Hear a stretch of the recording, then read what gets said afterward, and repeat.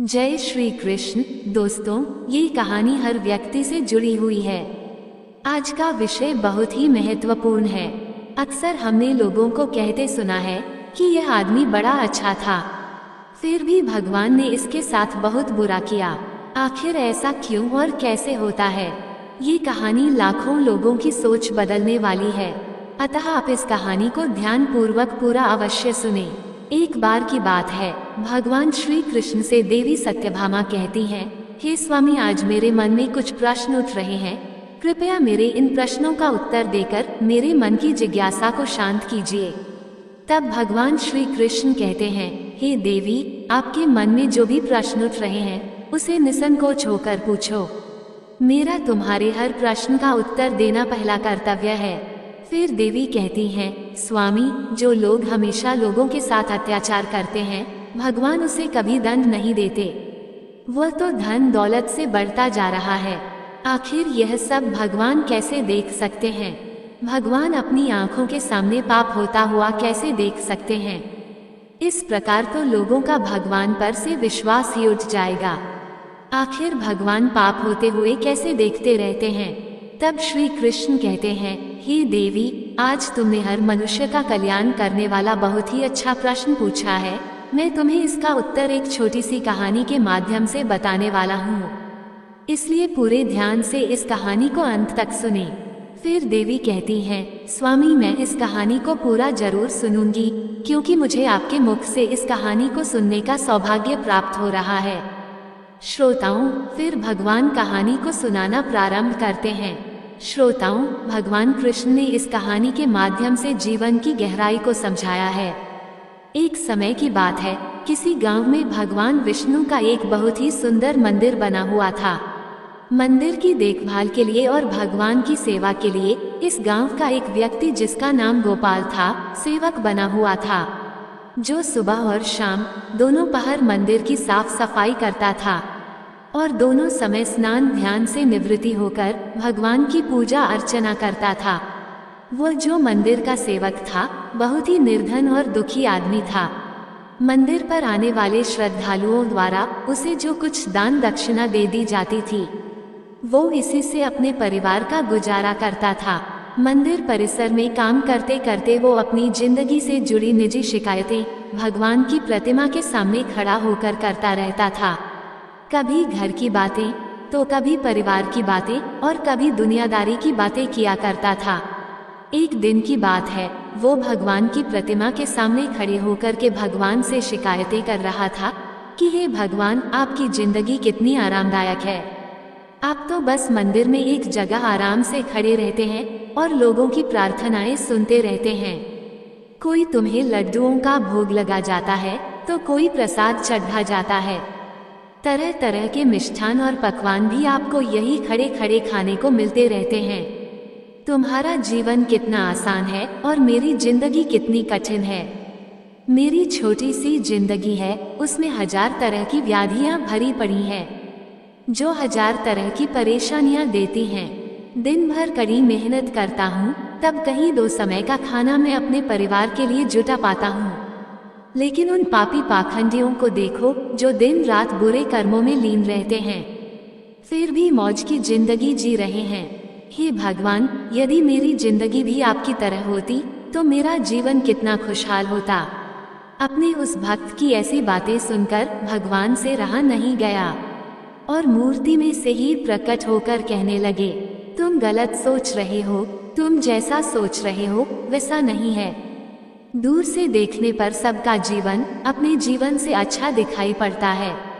जब हमें उसकी वास्तविक जिंदगी का पता चलता है, तब समझ में आता है कि ये तो मुझसे भी गया गुजरा जीवन जी रहा था। तुम मेरी जिंदगी को आसान समझ रहे हो, मेरा जीवन उतना आसान नहीं है जितना तुम समझ रहे हो। मुझे भी बहुत सारी चीजें देखनी पड़ती है, बहुत सी व्यवस्थाएं बनानी पड़ती है, बहुत सी चिंताएं लगी पड़ी है। अच्छे के साथ अच्छा कैसे हो और बुरे के साथ बुरा कैसे हो, ये सब सोचना पड़ता है। कोई किसी को ऐसे ही को सता रहा है, कोई किसी को पीड़ित करता है, तो उसकी रक्षा करनी पड़ती है।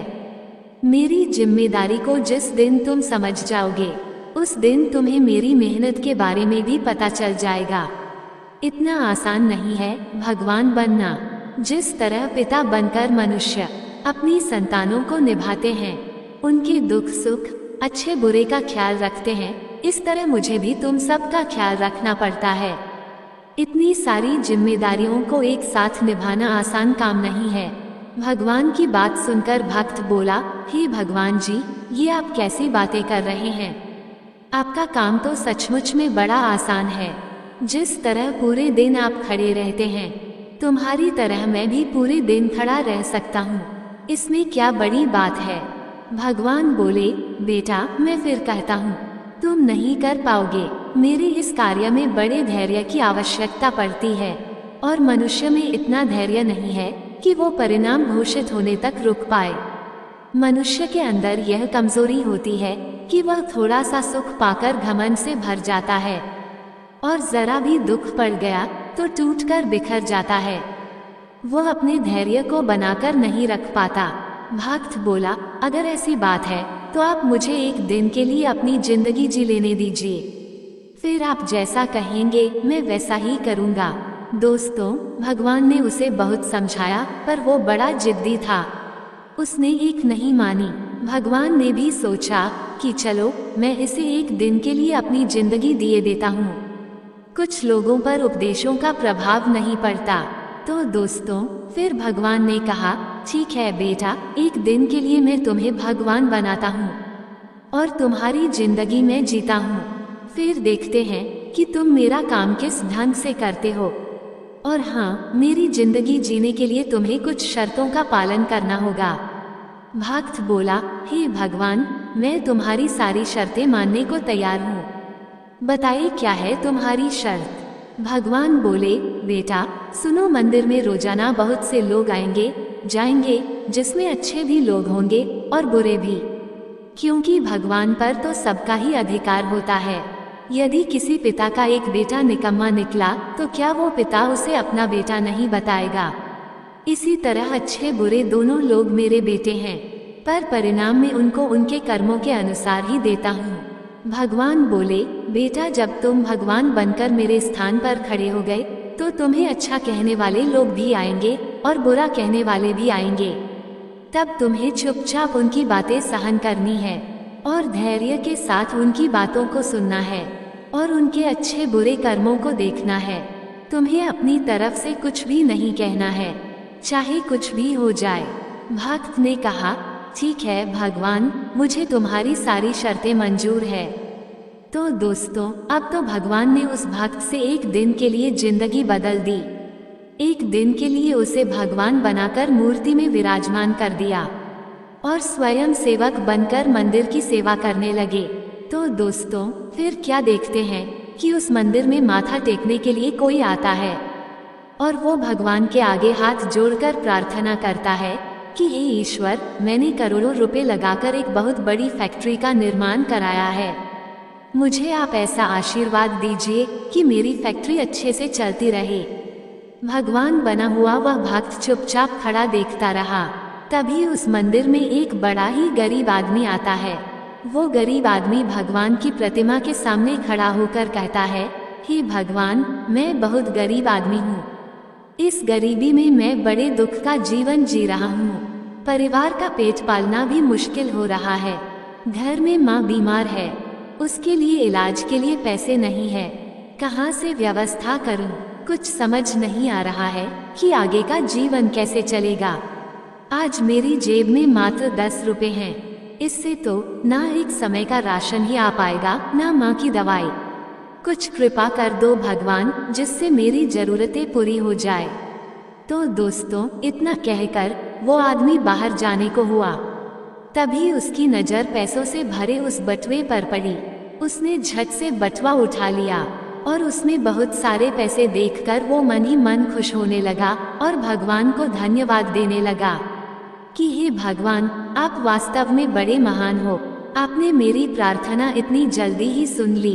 इन पैसों से अब मैं अपने परिवार के लिए राशन की व्यवस्था करूंगा और माँ का इलाज कराऊंगा। तो दोस्तों, भगवान को धन्यवाद देकर वह वहां से जाने लगा। उधर भगवान बनकर प्रतिमा में समाया हुआ भगवान का भक्त सोचने लगा कि ये गरीब आदमी उसे उठा लिए जा रहा है। एक बार को तो उसके मन में आया कि आवाज देकर इसे बता दूं कि यह बटुआ उसका नहीं बल्कि सेठ का है, जो वह उसे लिए जा रहा है। लेकिन तुरंत ही उसे भगवान की वो शर्त याद आ गई कि भगवान ने तो मुझे बोलने के लिए मना किया है, इसलिए वो चुपचाप मूर्ति बनकर खड़ा रहा। गरीब आदमी के जाने के बाद मंदिर में एक व्यक्ति और आता है। वो तीसरा व्यक्ति एक सैनिक था जो 1 महीने के लिए युद्ध पर जा रहा था। वो मंदिर में भगवान से इतनी प्रार्थना करने आया था कि उसकी यात्रा सुरक्षित रहे। वो 1 महीने के बाद सकुशल अपने घर लौट आए। वो सैनिक प्रार्थना कर ही रहा था कि इतने में वही व्यापारी उस पुलिस वालों के साथ मंदिर में दाखिल होता है, जिसका पैसों से भरा बटुआ मंदिर में छूट गया था। पुलिस वालों ने उस सैनिक को गिरफ्तार कर लिया और उसे पकड़कर ले जाने लगे। ये बात भगवान बने हुए भक्त को बिल्कुल भी हजम नहीं हुई, क्योंकि वह सैनिक तो बिल्कुल निर्दोष था। बटुआ तो वो गरीब आदमी लेकर गया था। भगवान बने हुए भक्त को अपने सामने होता हुआ यह अन्याय का काम पसंद नहीं आया और वो भगवान की शर्त को याद करके चुप रहना चाहता था, क्योंकि भगवान ने उसे बोलने के लिए मना किया था। लेकिन वह इस अन्याय को मूर्ति बनकर देखना भी नहीं चाहता था। वो जानता था कि उसके चुप रहने का मतलब है कि एक निर्दोष आदमी को सजा हो जाएगी। तो दोस्तों, उससे रुका नहीं गया और फिर वो बोल ही पड़ा कि तेरा बटुआ इसने नहीं चुराया है। तू इससे पहले जब मंदिर में आया था तो एक गरीब आदमी तेरा बटुआ चुरा ले गया था। मैं भगवान हूँ और मैंने सब कुछ देखा है। तो दोस्तों, अब भला पुलिस वाले भगवान की बात क्यों ना मानते। उन्होंने तुरंत सैनिक को छोड़ दिया और उस गरीब आदमी को पकड़ ले गए। उससे सेठ का बटुआ भी छीन लिया। वह बेचारा बड़ा निराश हुआ। उधर जब एक दिन का समय पूरा हुआ तो भगवान मंदिर में आए। उधर भगवान बने हुए उस भक्त ने पूरे दिन का घटनाक्रम भगवान को सुनाया और बड़े गर्व से कहा कि हे भगवान, आज मैंने एक सैनिक के साथ हो रहे अन्याय को होने से रोक लिया है। भक्त की बात जब भगवान ने सुनी तो कहने लगे, भक्त, तुमने न्याय नहीं अन्याय किया है। तुमने उस गरीब आदमी को पकड़वाकर उसके परिवार के मुंह से भोजन करने वाला छीना है, उसकी बीमार माँ का इलाज होने से रोका है। ये तुमने बहुत बड़ा अन्याय कर दिया है। वो सेठ बड़ा अधर्मी था। उसने पाप कर्म करके करोड़ों की दौलत जोड़ी है। गरीबों का पेट काटकर उसने उन पैसों को जमा किया है। यदि उसका बटुआ छूट गया था तो क्या हुआ, कम से कम किसी गरीब का कुछ भला हो जाता और उस सेठ के कुछ पाप भी कम हो जाते। तुमने उस सैनिक को बचाकर भी बहुत बड़ा अन्याय किया है। वह सैनिक अपने राजा के साथ युद्ध में जाकर एक कमजोर देश का राज्य हड़पने वाला था। जानते हो उस युद्ध में कितने निर्दोष मारे जाएंगे। तुमने उसे बचाकर अन्याय किया है। भक्त को भगवान की बात सुनकर बड़ा पश्चाताप हुआ और वह कहने लगा, हे भगवान, मैं तो वही देख पा रहा था जो मेरी आंखों के सामने हो रहा था। उसके पीछे की सच्चाई कुछ और होगी, ये मैं नहीं देख पा रहा था। वह कहने लगा, हे भगवान, दुनिया को सिर्फ आप ही चला सकते हैं, क्योंकि आप जीवन के हर पहलू को अच्छी तरह से देखभाल करके कार्य करते हैं। आप जो करते हैं अच्छा ही करते हैं। गलत तो हम हैं जो जीवन की वास्तविकता को समझ नहीं पाते। उससे पहले ही आप पर दोषारोपण करने लगते हैं। जब हमारे साथ कुछ गलत हो रहा होता है या हमारे हिसाब से कुछ नहीं होता है तो उस समय हम अपना धैर्य खोकर भगवान पर कटाक्ष करने लगते हैं, उन्हें दोष देने लगते हैं। हम ये समझ नहीं पाते कि हमारे साथ हो रहे गलत कार्य में भी भगवान की कोई ना कोई योजना छुपी हुई होती है, जो आगे चलकर हमारे लिए हितकर साबित हो सकती है। समझदारी इसी में है कि हमें गंभीरता पूर्वक कार्य के अगले पिछले परिणाम को सोच लेना चाहिए। यदि आपके साथ आपकी मर्जी के अनुसार कुछ नहीं हो रहा है तो उसमें भगवान की मर्जी समझना चाहिए, और भगवान जो करता है वह अच्छा ही करता है। पहला कारण तो यह है कि भगवान तब तक आपकी मदद नहीं करेंगे जब तक आप दुनिया वालों पर आश्रित रहेंगे।